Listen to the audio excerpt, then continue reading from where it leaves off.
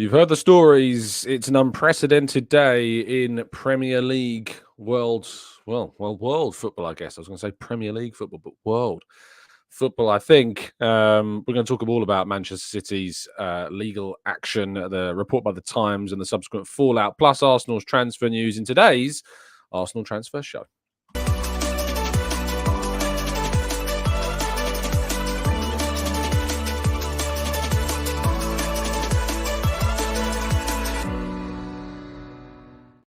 Hello and welcome to the Gooner Talk, back again with you guys for another episode of what is the Arsenal Transfer Show, joining you every single morning at 8 a.m. UK time. Thank you as always for joining me and making this a part of your usual routines. Thank you so much as always for joining in and dropping a like, of course, as well. Please do help us to reach 1,000 on the channel, as we aim to do every single day, and so far have smashed that ambition. And thank you to all of you that are indeed tuning in. Good morning to Peekahoo, to Martin, to Dave. Good morning to Darren and Glenn and Rob, Amesy, Black, Shine, Matt G, Errol. We've got Stephen, we've got Gavin, we've got Rich, we've got Barry, Sean, Jose, Kevin, Damien, Stuart, Mark, Olawale, Franklin, King. Thank you to you all for tuning in. It is very much appreciated. I hope you've had a fantastic start to your week. You've made it to Wednesday.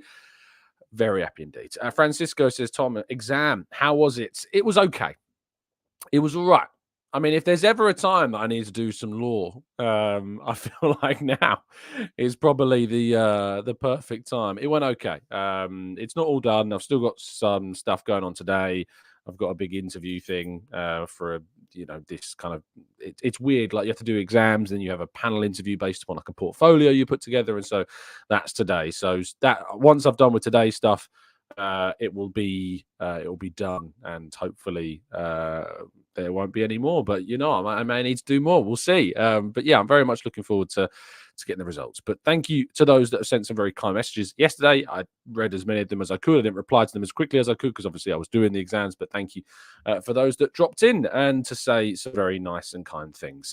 Right, let's jump into today's stories. We got one transfer line which I'm going to talk about, and then we'll get into the meat and gravy of the big story of today. So Sesko is, or Sesko, I keep being told it's Sesko rather than Sesko, so I will do my best to say Sesko. Slovenian, RB Leipzig striker, linked to Arsenal, but there is interest, of course, as we know, from Chelsea and Manchester United in the Slovenian international, and he is set to decide where he wants to go. There is also the opportunity for him to stay in Germany. A contract offer has been made by RB Leipzig to try and keep Sesko at the club for the foreseeable future. And this is a really interesting line. He is Arsenal's priority signing at the start of this window. We know this. We know that he is the one that they want. This is like, it's not as kind of the Declan Rice whole saga, but he is the guy. We have a lot of speculation about who Arsenal may or may not go for. Sesko is the guy that Arsenal want at the start of this window. He is that target. Now, we know, of course, that Arsenal have not always been successful in getting the priority signings that they want. We know that from Lisandro Martinez. We know that from Rafinha.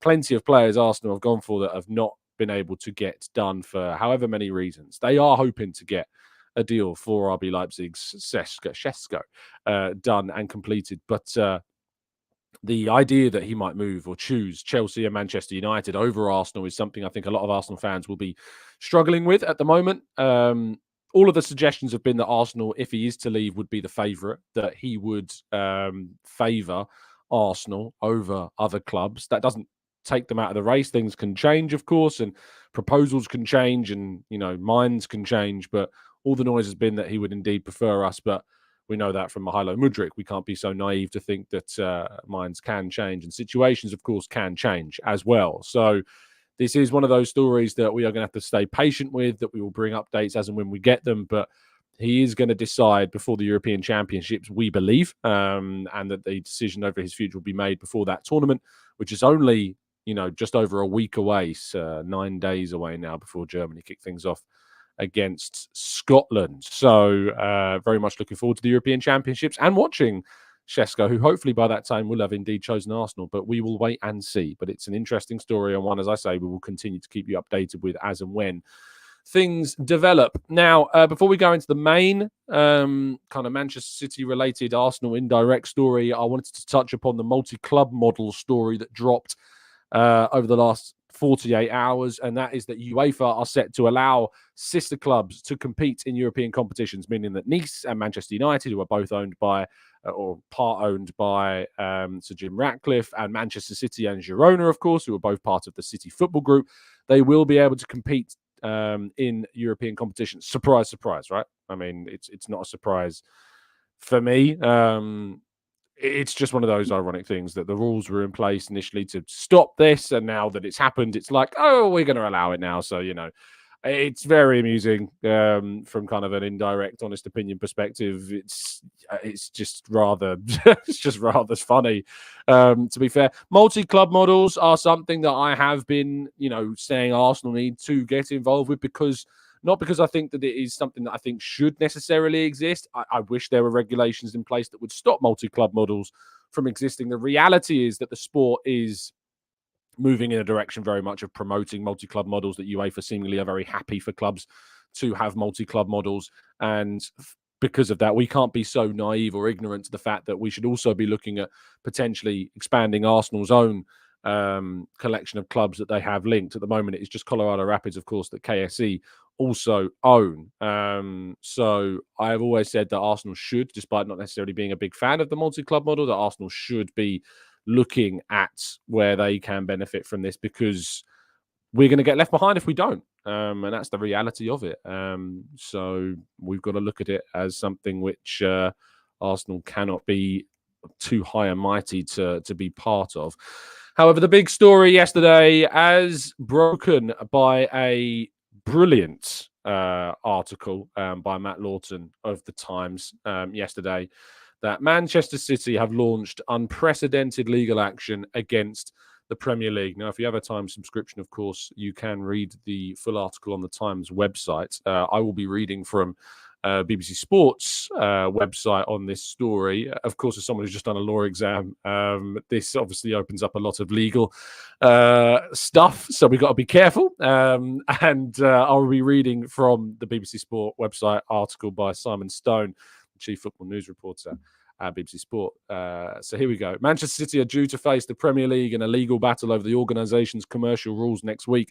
BBC Sport understands an arbitration hearing surrounding the legality of the league's associated party transaction, or APT, rules, which determine whether sponsorship deals are financially fair, has been set between the 10th to the 21st of June. In February, BBC Sport reported the Premier League was being threatened with legal action over changes to its rules. It has been disclosed to the remaining Premier League clubs that City are the club in question, with the league offering the remaining 19 members the opportunity to make witness statements as part of the case.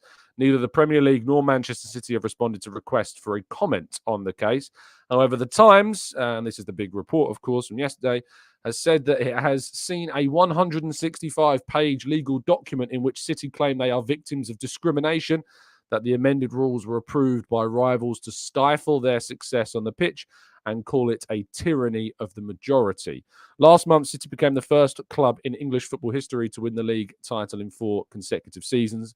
The move comes as a matter of months before the Premier League Disciplinary Commission will hear over 100 charges against City for breaching its financial regulations, some which date back to 2009. We know that's between 2009 and 2018, of course. Some of those charges relate to amounts paid to City by sponsors linked to Abu Dhabi. The new rules around sponsorship deals were agreed earlier this year by a required minimum 14 clubs. At the time, the Premier League said the move would enhance the efficiency and accuracy of the system. The Times report that in addition to the challenge of the rules, City are also claiming damages. Now, this is mad. And it is unprecedented. And I do recommend trying to research and educate yourselves as much as possible surrounding this story before making any type of comments or coming up with an opinion of your own on it. My opinion is that I could sincerely hope that this is not a challenge that is successful. Because the idea basically is for those, to give you it in kind of really simple terms, the rules are in place so that clubs which have, links to other businesses and corporations, etc., that those businesses and corporations cannot sponsor a club with a value of a sponsorship that is contextually and, basically above the market value. It's so that, if you, let me try and put it into a hypothetical situation. Let's say I run a laundry business, right? And we're in the running to try and become the best laundry business in the city that we work, right? And we're going up against a load of other laundry businesses. Now, whilst I own a laundry business, I also own, I don't know, let's say for hypothetical reasons, a chicken shop, right? And that chicken shop is going to sponsor my laundry business. Now, that sponsorship from the chicken shop is only going to be worth on the market a certain level. But because I own also, and I have links to this other business, I'm just going to sponsor my other business by loads and loads and loads, way above the market value of what that sponsorship would be worth, right? And I'm going to use that money to improve the washing machines, and I'm going to pay the best staff to work in my laundry shop, and I'm going to make my laundry shop the best in the world, and that no one can compete with my laundry shop, right? However, these rules that have come into place and have been changed recently by the overseers of all laundry shops in the city have said that if indeed you do have those links to other companies, other corporations, or other chicken shops in this analogy, that you cannot inflate that sponsorship to make it far easier for you to spend what you earn, because there are other financial restrictions which basically exist to say you need to spend what you earn, that you can only spend what you earn, and if you spend way more than what you earn, you will face sanctions, you will face punishment because of that. Okay, so I'm kind of hoping that analogy fits and works for you. Effectively, you can't have overinflated sponsorships through linked parties that you also have kind of, your links to, if you like. So there you go. And that's the best way I can explain it in kind of simplest of hypothetical terms. So if City were to be successful, let's say hypothetically City were successful in this legal action against the Premier League, what it could open up is the potential for, potential sponsors to be really overinflated, and that City could basically then use that money that they have technically like earned through commercial deals to spend on loads and loads of players, because they have exceptionally rich owners. Now, I don't know Arsenal's position. What we do know is that there's said to have been 10 to 12 Premier League clubs that have supported the Premier League in giving witness statements, I believe. We don't know if Arsenal are one of those. There's been no information about who they are. I think I saw a suggestion that Newcastle have not supported Manchester City, which is an interesting one, considering, of course, the takeover that they obviously previously went through, and the changes that were made after, of course, Newcastle were taken over. So, yeah, it's very, very interesting. It's very legal. It's very sensitive. I'll read you the tweet that I put out this morning, which gives you kind of my opinion of this, and my opinion of Manchester City as well. My tweet this morning was, for a long time, Manchester City were the easy, neutral option when it came to titles and trophies. Fans of Arsenal would rather see City win the league over teams like Manchester United or Liverpool. Manchester United fans would even rather see their own City rivals win things over a club like Arsenal. City for so long were a side that it was a numb feeling to see win for so many. And what I mean by that is that people didn't really care if City won leagues. You didn't have the same attachment to City winning leagues as you did when you saw Man United fans celebrate leagues, or Liverpool fans celebrate leagues, or Chelsea fans. No matter who it was, if it was City, it was kind of this neutral option that was kind of like, well, if we're not going to win the league, it's probably best that City do, because I don't have to take any stick from United fans or Chelsea fans or, Liverpool fans, or I would say Spurs, but they don't win anything. Do you know what I mean? So that changed yesterday. Yesterday, Manchester City should become every other club's number one rival. There should not be a single club that you want more. Sorry, there should not be a single other club that you want to win more, less so than you want. More so than you want Manchester City to win. I think that's the right analogy. Basically, what I'm saying is that of all the clubs in the Premier League, Man City should be the one that you wish to win the least now, and I mean that more than anyone. Yesterday, we've seen teams basically submit, almost thinking that this game against City doesn't matter. we're not going to win it. Let's rotate teams down in relegation battles, rotate players sometimes because they know they've got games they think they can win. That, things like this. They think they can win against teams that are in battle with. So we're not going to try as much against City because it's basically a lost cause. And I'm saying that all of this view of Man City, of this team, everyone should be fighting tooth and nail to stop Manchester City winning anything. Because what they did yesterday is in my opinion, just ridiculous. Fans celebrated, I wrote, the first Premier League title that City won in some ways. The Aguero moment was this magical thing that football fans enjoyed. The football fans genuinely enjoyed because it was this magical moment of Manchester United no longer winning the league, and the moment in which it was represented what football can be: the joy, the surprise, the shock, the underdog. I'll say that of bated breath these days. But that moment when Aguero scored was kind of like, this is the Premier League. Look at the Premier League, what the Premier League can do, and people enjoyed that, completely unknowing of what would transpire in the decade that would follow. So educate yourselves on what they did yesterday and understand why no one should support it and why everyone should now want to see them fail. As an Arsenal fan, and I say this wholeheartedly, I would rather Tottenham Hotspur win than Manchester City. And I saw comments in the chat box already. I think Gary put one saying, apart from Spurs. No. Because rivalries are part of football. Rivalries make football great.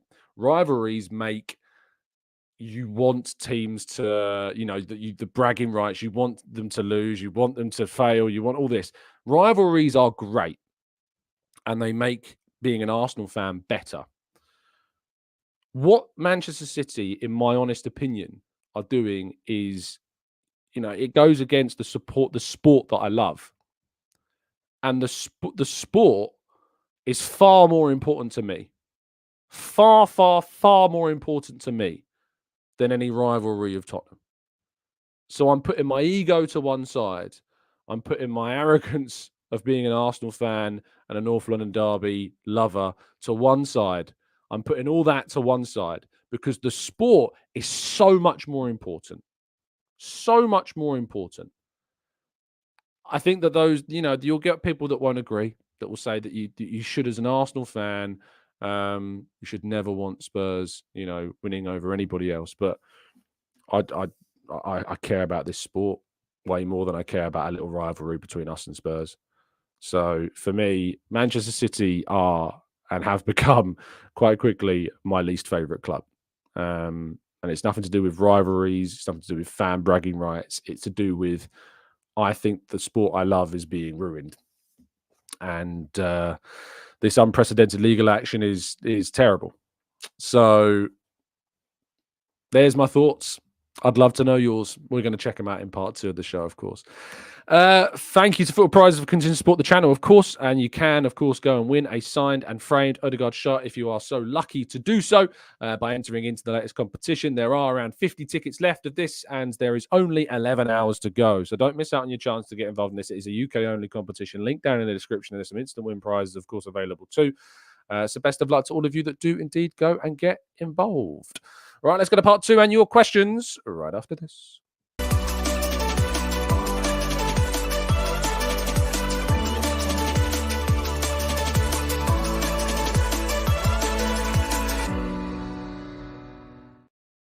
Right, part 2 of the show, which is where we go into the chat box and take on some of your comments. Gary says, sorry, Tom, I just can't bring myself to dislike City as much as Spurs, but you are making a strong argument, and as I'm typing, I'm wavering slightly, and I appreciate that, Gary. I think that's an openness, and it shows your open-mindedness to look at a bigger picture. I empathise with those that will struggle with that view. I empathise with those of you that think that it's kind of a part of being an Arsenal fan, that it is just ingrained in you that Spurs should be the team that you hate and should want to lose more than any other. And I get that. And from rivalry terms, 100%.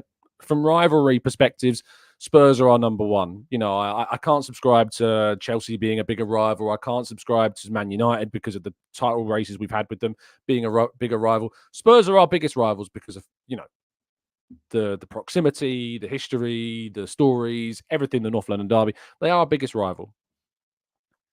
But the sport is way bigger. As I say, the sport is far, far bigger to me.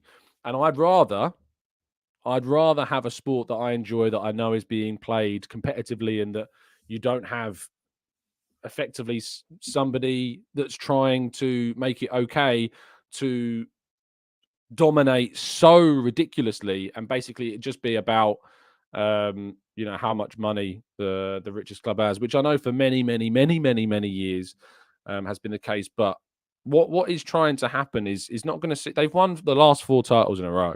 They've won 6 of the last 7 titles, you know, and that's come with elements of restrictions being here. But of course, there are these lingering alleged 115 financial breaches, which we still don't have a resolution to, and won't have a resolution to until, you know, potentially as late as not even the season coming up, but the end of the season coming up. You know, there's a hearing in November, and we'll hear more about it after that. But it's mad. It's absolutely. I can't stress enough how big of a story this is. I don't think I'm ever going to be able to put across to people how big of a story this is. And you're watching this and you're thinking, this, you know, we've seen stories before. Like, why is Tom getting so worked up? It's just because I just get it.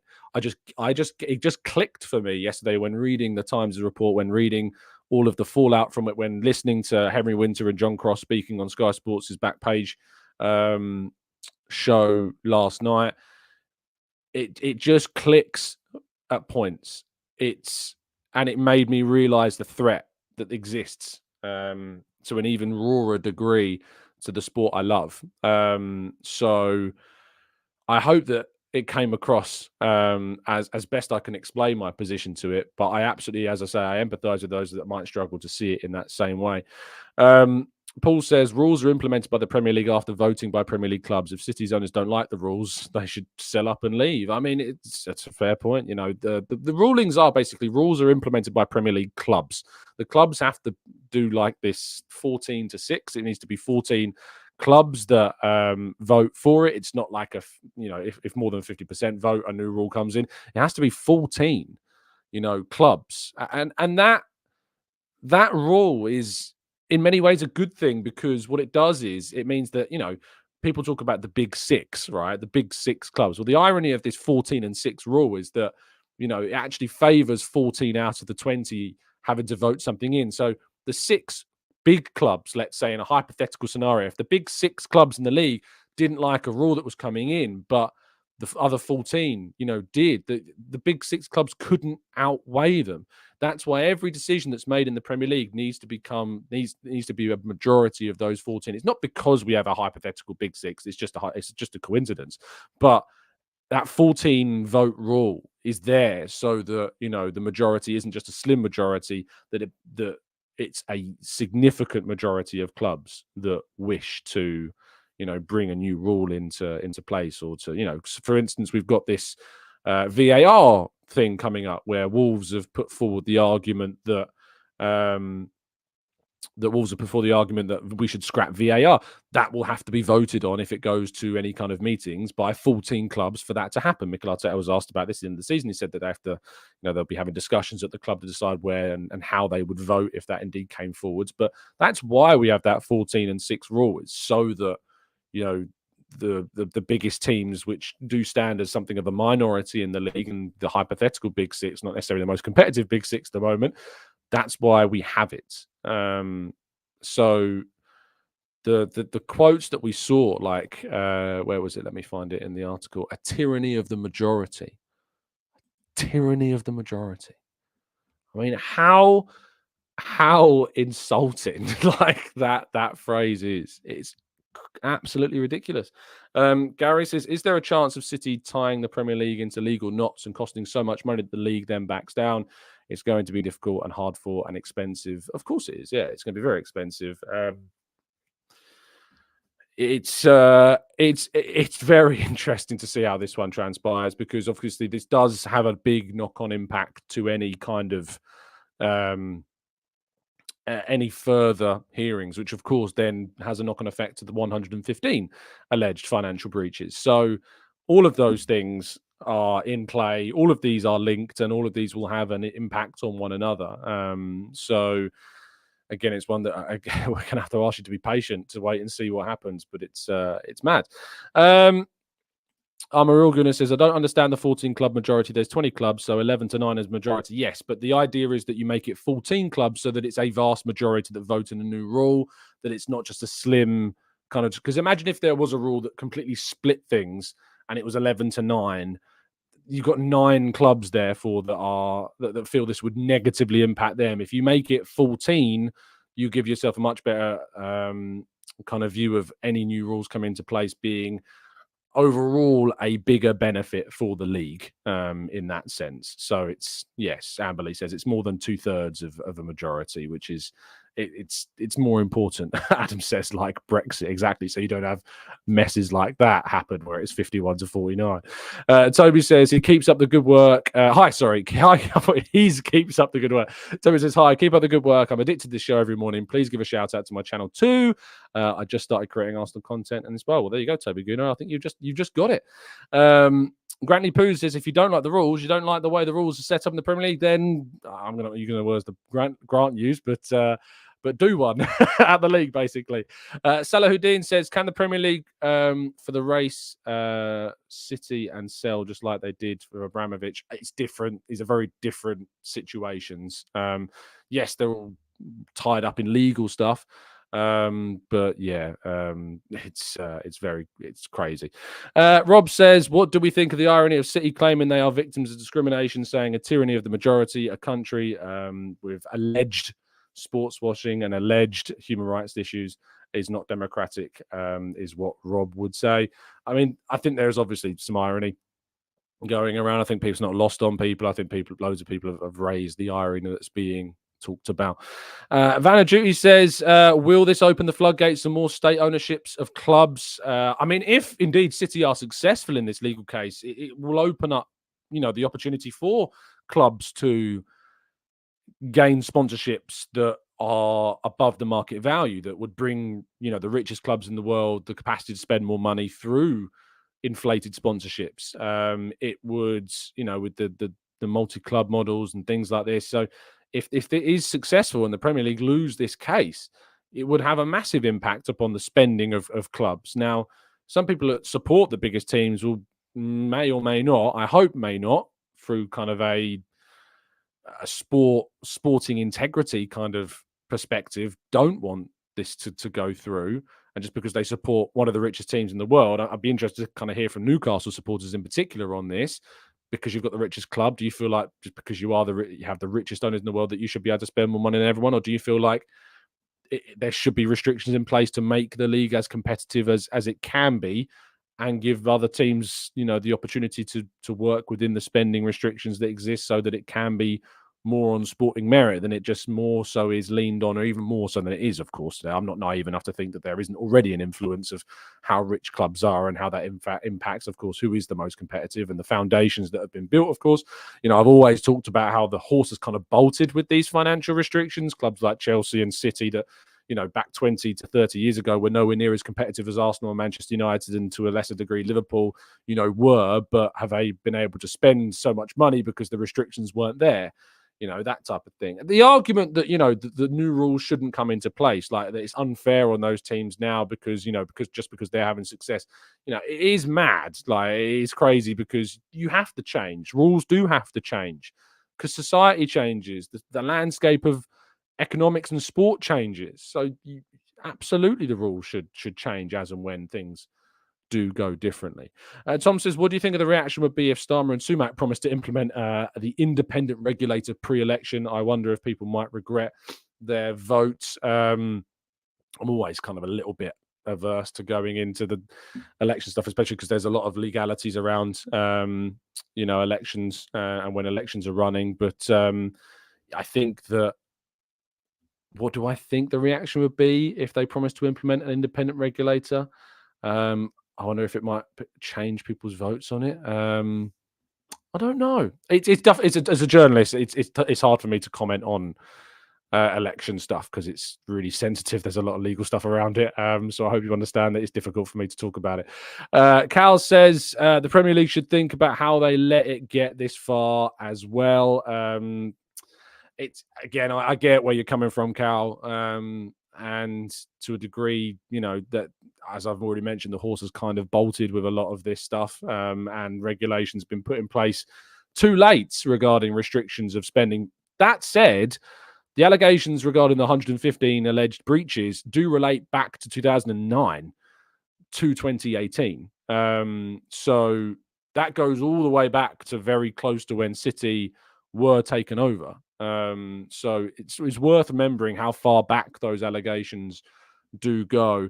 Ty says Edu knew what was coming. I feel for the players and the manager of City, as their titles will forever be tainted, and if found guilty, their achievements will mean nothing due to their owners. I see where you're coming from. Think about being a City fan, think about being a City player. You're completely, detached from the idea of what's going on behind the scenes. You're just playing your football. You're just supporting your team. The fact that the decisions made, if indeed, as Tizer points out, if hypothetically they were to be found guilty, like, how would you feel as a player? Would you feel as though your achievements have been tainted? It's difficult, isn't it? Because, at the end of the day, the football match is a football match. Players still have to play. City have won the title last season because of how good their players are, because of how good their manager is, and it's been about the process, about how those players have arrived and the money that's been spent and to build that team. But if you're just looking at it on the sporting perspective, City deserved to win the league last season because they were the best team in the league. Like they deserved to win the treble the season before because they were the best team in those competitions that they won. And I just wish that we could have conversations purely about whoever won the league, whoever won the competitions, that it was purely we could have conversations because about that they played the best football, that they had the best players, and they got them because there wasn't any question marks about how they got them. So, but it's not the reality we live in. Ghost Bella says, Tom, do you think that Sesko is a really level raiser over Havertz? Potentially in the future, of course. The argument is, of course, that you're not going to find a level raiser to Havertz in this window, that there simply is not one that is worth going for. I don't think there is a level raiser really in this window that you can go for above Havertz that is going to be out there. Isak is not going to be available. Osimhen I don't look at as necessarily a level raiser. Lautaro Martinez is signing a new contract with Inter Milan. All the other strikers that you potentially would go for are already at the biggest clubs and again aren't going to be moving. Other players like Watkins, who I do rate a lot, it's not the right profile to go for. Gyökeres has had one season in Portugal. I like him a lot, but there's no guarantees that you sign him for 80 million plus. He's going to be a level raiser. So I don't think Gyökeres fits that. Gyökeres would be a risk as much as Sesko is. So yeah, in a different way, it'd be a different type of risk. But again, it's just doesn't really fit. So if Arsenal can go out and get Sesko, who is looking to be absolutely brilliant, without question, one of the best young talents for his position in the world, it represents Arsenal raising the floor and improving the options at centre forward. And what it represents is the potential that his ceiling is higher than that of what we have in our starting position. And so it's a very shrewd piece of business if Arsenal were to do it, especially considering he has a release clause that comparatively to the prices of Gyökeres, the price of Isak, and the price of someone like who Osimhen would cost, it's a very shrewd and would be a very shrewd piece of business by Arsenal. Logan says Sesko represents potential and allows for further investment in different positions, and that's really important. Ghostbusters says, why can't we get Isak and Gyökeres? There is an argument that you could get Gyökeres, but I don't think you can justify signing Gyökeres and saying that without question is a starter over Havertz. I think that Havertz's performances have been of a level where in the Premier League to do what he's done puts him in exceptionally good standing. If Gyökeres was signed tomorrow, he doesn't start the first game of the Premier League season, and that's a testament to how good Havertz has been. That's a testament to how good Havertz has been. So it's difficult to find a player that does that. Isak is going for 150 million plus, if that. The flat line from Newcastle is he's not for sale, so you're not going to get Isak. So for anyone suggesting that you can, just go and get him, just pay the money, doesn't work. It doesn't exist. Kevin says, if Jesus gets properly fit during the summer break, as he never got 100% after his knee injury, do you think that he would start instead of Kai? I think that the answer is no. Again, no, because he has been fit, Kevin, at points over the course of last season and been available, and he's still not been chosen ahead of Havertz. So I would say no. Antonet says, if Chelsea beat us to Sesko, I don't want to hear, spelt wrong, we need Champions League to sign top players anymore from our fans. Don't want to hear it. Don't know what the shouting's about. But in regards to kind of Chelsea, at the end of the day, we've been a better team than Chelsea in the past, and they've beaten us to certain signs because they've offered an amount of money that we've not been able to offer. We don't know what's going to happen regarding the Sesko situation at the moment. The indications are, of course, that his favourite destination would be Arsenal right now. The obvious answer is that when you tend to see these shouty comments like Antonet is putting into the chat, you don't, if indeed what transpires is Arsenal do indeed win the race for Sesko. What you don't tend to see is those same commenters come back saying, "Oh, fair play, Arsenal, you got the deal done." You don't tend to see that happening. Cass says, suppose Sesko does not move to Arsenal, would they then look at an Osimhen or Tony? Tony's not on Tony's not in the bracket. He's not being looked at. He's not being considered, to my understanding. So I don't think that you look at Tony and I don't think Arsenal are looking at Tony, basically, is what I'm told. I don't think Tony is in the bracket. Osimhen, I've talked about at length. There will be interest from Arsenal. There's far more interest in Osimhen than the realistic idea of Tony. But again, it's the price tag that makes that Osimhen deal tricky during this window. Ghostbusters says, but Gyökeres is mile better than Havertz. He's faster and he's better striker overall, and he's homegrown as well. In terms of being homegrown, that doesn't have any impact whatsoever on a player's quality if they're homegrown or not. He joined Brighton in 2018. That would have made him what? Let me check. Gyökeres signs for Brighton. He signed for Brighton at what age was it? What age did he sign for Brighton? Let's have a look. Nope, that's not the right one. Brighton agree, Gyökeres transfer. He was 19. Okay, he was 19 when he signed for Brighton, and he left in... Let's have a quick look. He joined Coventry in January of 2021. So if he joined at 19, he can't be homegrown. Can he? 19, 20. Maybe he can. I don't think he can count as homegrown. I don't think he is homegrown. I'm not sure. I need to 100% check that. I have a feeling that he may not be homegrown because he joined at 19 rather than 18. So I can't say that with full certainty, but I have a feeling that he may not be homegrown. There may be a bit of a misconception there, but there you go. In terms of him being far miles better, I mean, can you give me the evidence? Because I don't know what the evidence is. I guess that you probably relate to his record of goal scoring with Sporting this season. But of course, you have to remember that for starters, Havertz played 2/3 of the season as a midfielder, and obviously Gyökeres is playing for a team in Portugal that won the Portuguese league as well. So contextually, there are some mitigating circumstances. We can have a look at certain factors in helping us to determine how good they've been. Let's have a quick look at. So in terms of goals per shot, Gyökeres scored 0.22 goals per shot compared to Havertz's 0.18. So when you contextualize the environments, the difference of 0.04 in their goal per shot ratio, is that miles? Would I count as miles better? I don't think so. If we have a quick look at non-penalty XG to goals scored as well, because that gives us a good level of finishing. Non-penalty XG, toggle stats. Non-penalty XG, Victor Gyökeres was, per 90.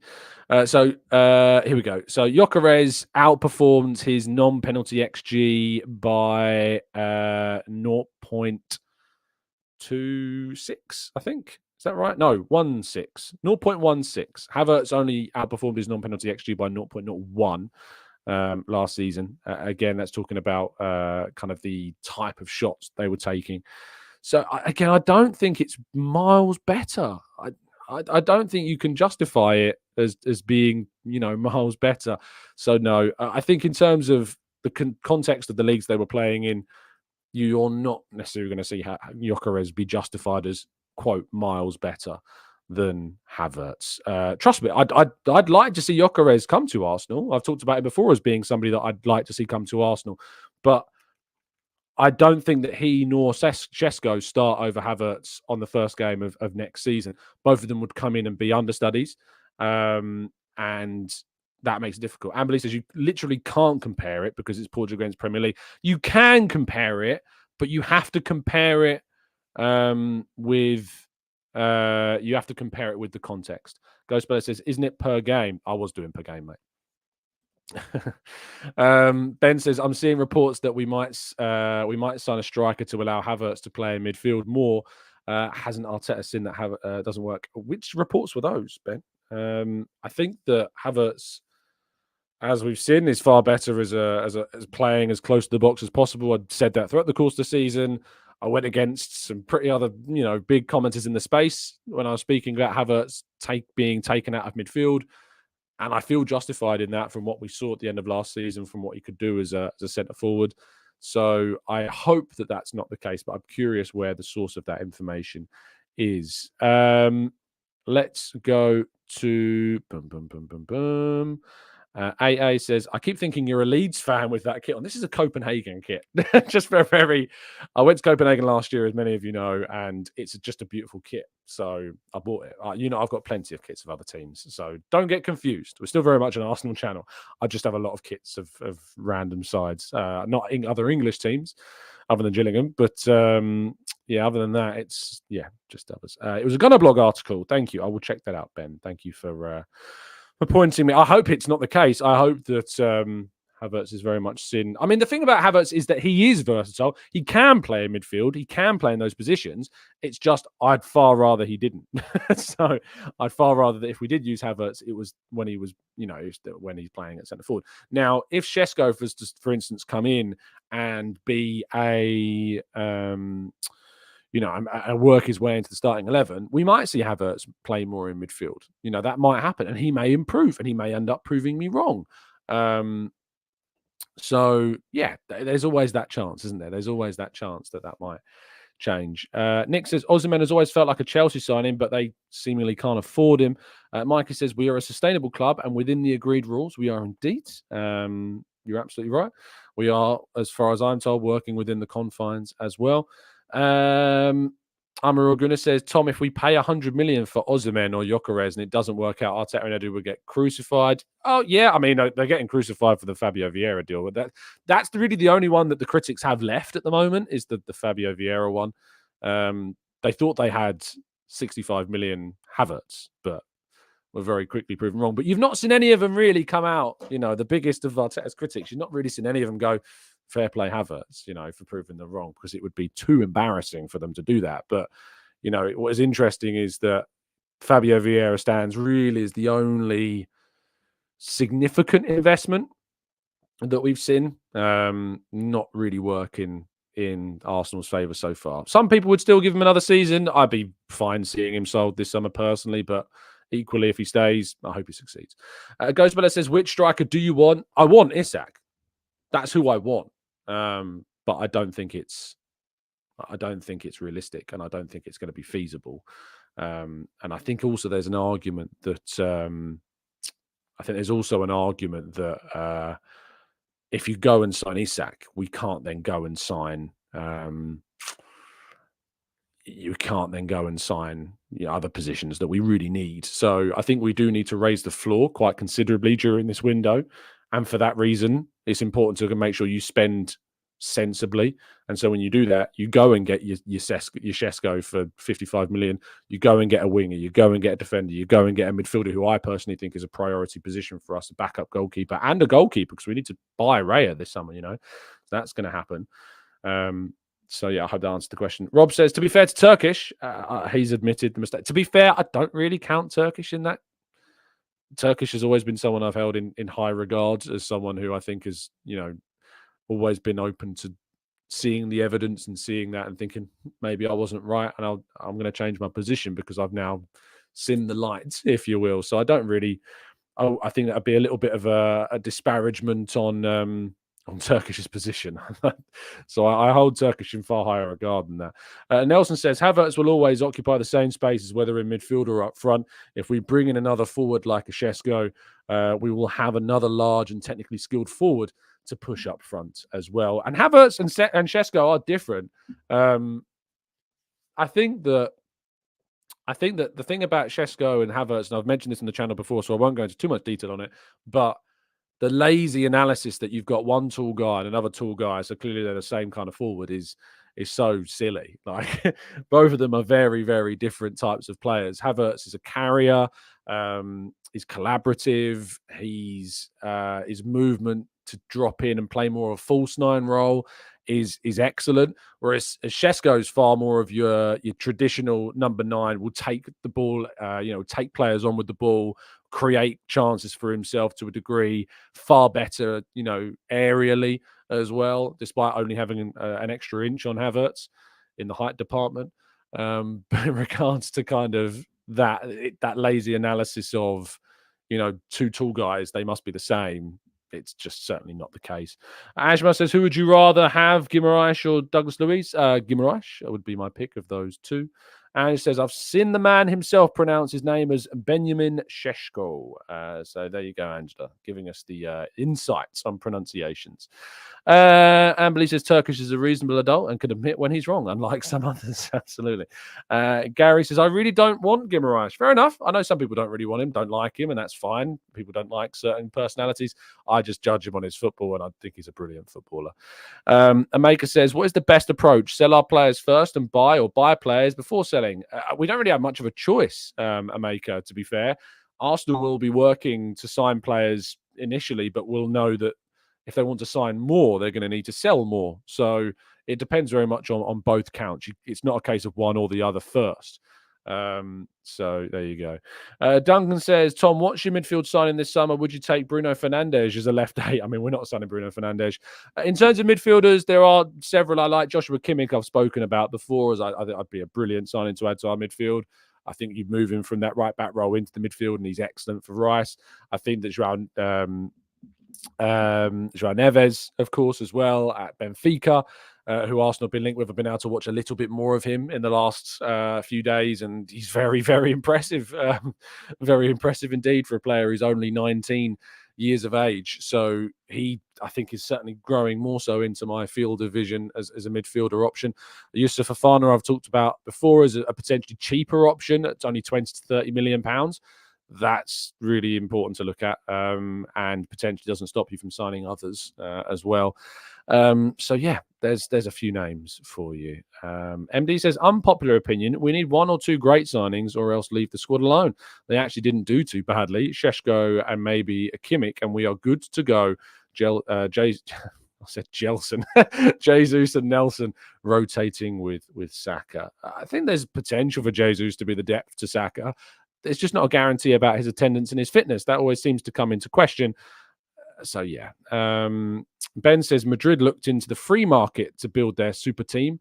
I feel like we don't explore that anymore since Willian. I mean, you say the free market to build their team.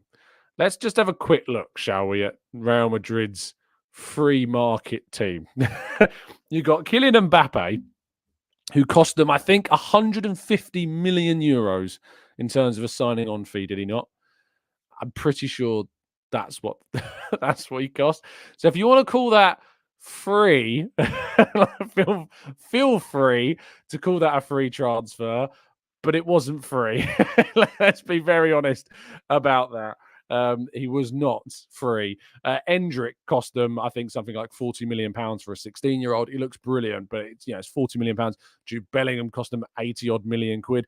Other free transfers, Antonio Rudiger, right? Antonio Rudiger was a good free transfer. I'd be curious what his signing on fee was. Let's see if I can find any information quickly about his signing on fee. Let's have a quick look. To be fair, he will apparently get a €9 million per year salary and an €8 million signing on bonus. So I think we can put Rudiger into the free transfer, fair enough category. Good deal from 2022. David Alaba, another good example, I think, of a free transfer as well. So that's 2 free. I'm not counting Mbappe because it's not. So in 1, including this summer, 2, 3, 4, 5 years, that's 2 good free transfers. We're going to go back to 2019, no free transfers, just Kubo. Go back to 2018, no free transfers. 2017, no free transfers. 2016, no free transfers. 2015, no free transfers. 2014, none. 2013, none. 2012, none. 2011, 1. Hamit Altintop. Do you remember him? I remember Hamit Altintop, they signed from Real Madrid. So if we're going to say that Real Madrid are kind of this bastion of the free market because they did well to get Kylian Mbappe, really the only 2 examples that we've got in more than a decade of transfers with Real Madrid is Rudiger and Alaba. So I take your point, Ben. I think that Arsenal can be better in using the free market, in inverted quotation marks. But I don't think that Real Madrid are the be-all and end-all of the free transfer market and being kind of this passion. If you want to look at teams that are better at the free market with regret, I think I have to point out Chelsea as a team that are better, perhaps. They've signed Tosin Adarabioyo already for the summer, which is a good depth option. Is a Premier League quality defender. He did a really good season at Fulham. I think he's homegrown as well. I'm pretty sure he is. So you could argue that was a pretty good deal for them in terms of a free transfer. I'm going back further years. I might end up proving myself wrong here. They signed a backup goalkeeper in Bettinelli on a free transfer. They signed Malang Sarr and Thiago Silva on free transfers. They signed Rob Green. Wow, that's going back a while. Willy Caballero from City as a backup goalkeeper. So they've done a bit more. But even then, Didier Drogba, they re-signed, of course, from Galatasaray. Samuel Eto'o, Mark Schwarzer, going back a little bit further. Any other free transfers? Ross Turnbull. We're going back into it, 2009 now. So I think maybe Chelsea are slightly better as an example. I'm trying to think of any other teams. If you look at Italian sides are usually very good at free transfers. The amount of movement between clubs in the Italian league often sees plenty of free transfers there. But if we're looking at, so there you go. Walter says the joy in Tom's voice when he dismantles a viewpoint. Fair enough. I do enjoy having debates about things. The main thing for me is like it's always important to kind of back your points up with evidence. I enjoy debates a lot. I enjoy kind of putting forward questions where you ask people for the evidence and seeing it crumble. It's nothing personal. It's just I like seeing the I like busting the myths, if you like. I really enjoy writing articles which bust a lot of myths about football or about players or about, selling reputations. I wrote a piece the other day about Edu and Arsenal selling, and I think Igal and me are going to have a conversation on his channel tomorrow about that. This idea that Arsenal are, are bad sellers and that we should do more like Chelsea and Liverpool do. But actually, when you look at the facts of all three clubs, it's nowhere near as what is kind of what people make it out to be. So yeah, I like it. I enjoy it. I like looking into kind of digging into what the reality is. Do you know, like the whole, when you get Arteta's kind of mad hat critics saying like Arsenal spent £700 million, and you're like, no, they haven't. You look into the facts of the matter, and they've spent, I think, an initial just under 600 million, and then the add-ons get closer to 640. I'd love Arsenal to have an extra £50 million player in their team. I really would. But if you're going to talk about how much Arsenal has spent as some kind of criticism towards Arteta, at least get your facts right. At least get your calculator out and do the work and get the actual amount of money rather than lying to your listeners or your readers about what you're saying, because it just makes you look silly in the end when you get presented with the reality and what the facts are. And says Gyökeres is not homegrown. Another example. I thought that was the case. I'm taking your word for it now, Answer, but he joined Brighton as a 19-year-old. I don't think he's homegrown. So I'd be curious, Ghost Speller, who told you Gyökeres was homegrown, but I'm pretty sure he's not. But there you go. Wonton Soup says, and by the way, just a heads up, another thing, homegrown quota doesn't exist. Non-homegrown quota does exist, and Arsenal are fine in that regard. So another one. Wonton Soup says, when you look at our team, the positions that are not fixed are all on the left-hand side, left back. No one has nailed down that position. Left 6 or left 8. Left wing, swap between Martinelli and Trossard. It's a really good point. The lack of consistency on the left-hand side is... Well, let's look at it in one way. I think you can look at this in two ways. I think what you could say is our left-hand side needs work because it's not a nailed-down position. That's the one way you could look at that argument. You could say we haven't got a nailed-down starter. Or do you say the right-hand side doesn't have enough depth, that we don't have enough competition on the right-hand side? So I think that you can look at it in two ways, as areas of development or areas of strength. You could say Arsenal's right-hand side is really strong because it's got established starters who we don't really change. And you could say the left-hand side's really competitive. We've got loads of players who can play in different positions on the left 8, left wing, left back positions, loads of competition in those areas. So you could look at it in a positive way, or you could look at it in a more developmental way, which is our left-hand side's not set. We haven't got a guaranteed starter. We need to be more established on our left. Or you can say our right-hand side has nowhere near enough depth. It's too comfortable for the players that are starting in Ben White, Odegaard, and Saka's positions. So isn't it interesting how a really good point that you raise can actually be interpreted in 4 different angles, which again shows you kind of the madness of this sport and different opinions that can arise from just a very single point.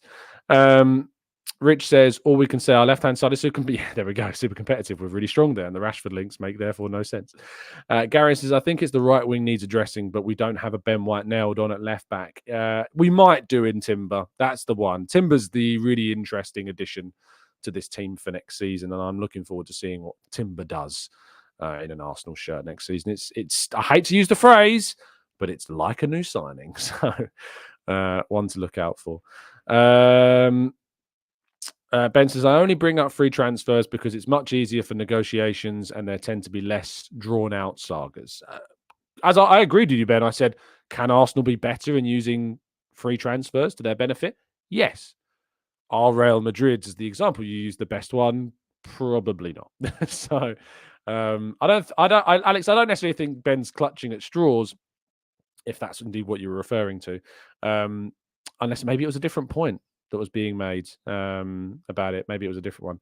So yeah, but I take the point that we can be better, but I don't think we're like really terrible at, because have there really been, Maker says the free market is not as free as you think.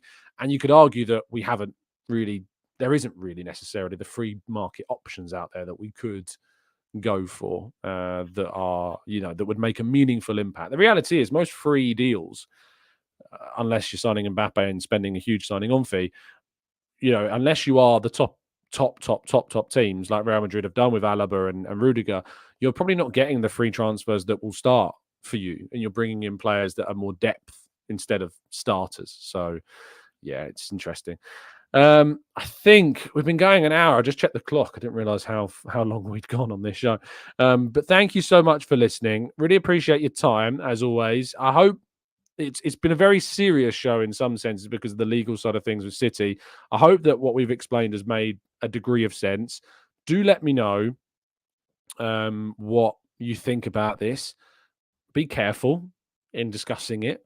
You know, it's really important that you are careful in how you discuss these things because there are lots of legal kind of pressures on these stories. But yeah, it's just very, very interesting. It's very, very concerning. And I hope that the benefit of of sport is what comes out on top. I want a competitive league.